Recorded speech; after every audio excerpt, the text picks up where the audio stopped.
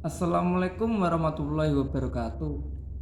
Kami dari kelompok 7 yang beranggotakan Jiwa Prasojo dan Adila Sabita akan mempresentasikan dalam materi mata kuliah non-litigasi dengan tema keterkaitan antara identitas dan konflik. Pengertian dan fungsi identitas. Menurut Stella Tumi, identitas merupakan refleksi diri atau cerminan diri yang berasal dari keluarga, gender, budaya, etnis, dan proses sosialisasi. Identitas pada dasarnya merujuk pada refleksi dari diri kita sendiri dan persepsi orang lain terhadap diri kita. Setiap manusia memiliki identitasnya masing-masing, sehingga orang yang satu tidak akan sama dengan orang lain karena identitas. Pentingnya sebuah identitas tersebut dari namanya saja sudah sangat penting, bro. Bagaimana orang memanggil kita dengan nama tersebut? Identitas merupakan kesadaran individu untuk menempatkan diri dan memberikan arti pada dirinya dengan tepat di dalam konteks kehidupan. Identitas diri juga merupakan suatu hal yang ada di dalam diri individu yang meliputi adanya harapan. Sehingga individu mampu untuk merumuskan cita-cita untuk masa depannya. Identitas diri menjadi fokus dalam konteks ini karena dari identitas diri tersebut mampu mengelola dirinya dengan cara yang positif. Berdasarkan yang telah dijelaskan, dapat disimpulkan bahwa identitas merupakan kesadaran individu untuk menempatkan diri dan memberi arti pada dirinya sebagai seorang pribadi yang unik yang dapat berkembang dalam waktu ke waktu. Memiliki keyakinan yang relatif stabil yang dapat membantu individu untuk mengetahui tentang siapa dirinya kelak, serta memiliki peran penting dalam konteks kehidupan bermasyarakat. Fungsi dari identitas itu sendiri adalah sebagai ciri khas diri seseorang agar mudah dikenali, sebagai alat untuk mempersatukan antar perbedaan yang ada di dalam masyarakat. Nah, apa sih pembentukan dan lapisan identitas itu? Menurut Erikson, pembentukan identitas diri merupakan tugas psikososial yang utama pada masa remaja. Identitas diri adalah merupakan potret diri yang disusun dari macam-macam tipe identitas, meliputi identitas karir, identitas politik, identitas agama, identitas hubungan dengan orang lain, identitas intelektual, identitas seksual, identitas etnis, identitas minat, identitas kepribadian, dan identitas fisik. Sedangkan menurut Marcia, pembentukan identitas diri memerlukan adanya dua elemen penting, yaitu eksplorisasi krisis dan komitmen. Eksplorisasi menunjuk pada suatu di mana seseorang berusaha menjelajahi alternatif tersebut.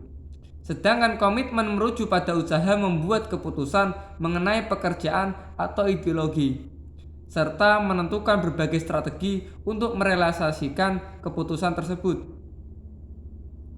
Seseorang dikatakan memiliki komitmen bila elemen identitasnya berfungsi mengarahkan tindakannya, dan selanjutnya tidak membuat perubahan yang berarti terhadap elemen identitas tersebut. Nah terus tadi identitas. Sekarang peran agama sebagai identitas itu apa gitu? Agama adalah identitas, merupakan penanda bahwa eksistensi agama sebagai katalisator kehidupan manusia itu jelas berarti. Seluruh agama memiliki aturan jelas seperti orientasi dan perilaku dalam menjalankan agama pun sudah ditetapkan. Artinya, agama mempolarisasikan individu sesuai tujuan agama itu sendiri. Dan ketika seseorang memilih untuk memeluk salah satu agama tentunya memiliki argumen yang kuat. Seperti misalnya rasa nyaman, jati diri, serta perlindungan. Terus, peran agama dalam konflik. Terkait dengan agama dan konflik, agama memberikan solusi terhadap konflik antara lain. Agama itu tidak mengenal batas wilayah.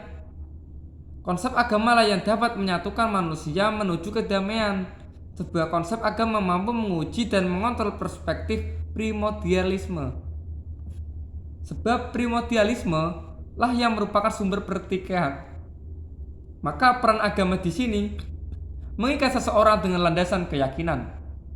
Sebab keyakinan tidak mengenal batas wilayah, dengan landasan keyakinan inilah seseorang dengan orang lain mempunyai platform yang sama baik dalam konsep ketuhanan, ajaran agamanya, sehingga dengan kesamaan tersebut meminimalisir pertikaian yang muncul. Nah, yang kedua, takwa menjadi ukuran kemuliaan gitu. Dalam komunitas yang diikat oleh golongan darah, yang menjadi ukuran kemuliaan adalah kekuatan dan keturunan. Jadi barang siapa yang mempunyai kekuatan dengan sendiri akan mendapatkan kemuliaan, juga orang yang mempunyai keturunan darah biru akan tetap memulai walaupun perlakuan mereka tidak manusiawi. Tapi dalam agama yang menjadikan patokan kebaikan adalah tingkah laku yang baik, atau dalam istilah Islam adalah ketakwaan. Maka para tokoh agama seperti ulama atau mufti menempati tempat mulia ini karena komitmennya pada ajaran agama, yaitu pengetahuannya tinggi dan karismanya. Agama tidak mengenal kemuliaan dari suku yang unggul dan memiliki kehormatan tertentu. Sebab suku-suku tersebut unggul dan memiliki kehormatan sendiri. Sebab suku-suku tersebut akan menindas suku yang lain berada di bawahnya atau lebih lemah. Dengan perebutan kekuasaan dan kekuatan inilah yang menjadi konflik timbul di sana. Maka di sini agama itu memberikan solusi bagi konflik gitu yang terjadi di masyarakat, agar menjadikan tingkah laku yang baik bagi ukuran kemuliaan dan kekuatan seorang maupun kelompoknya. Agama itu juga mengutamakan kedamaian dan kemerdekaan. Keren gak? Tujuan agama kan adalah kedamaian dan memerdekakan, baik itu kedamaian dunia akhirat maupun kemerdekaan terhadap orang lain, serta sesuatu hal di dunia ini kecuali Allah Subhanahu wa taala. Dalam sejarah Indonesia, agama memainkan peran penting dalam memerdekakan bangsa ini. Karena memang mampu bangsa penjajah itu merasa tidak bisa menindas bangsa yang dijajah.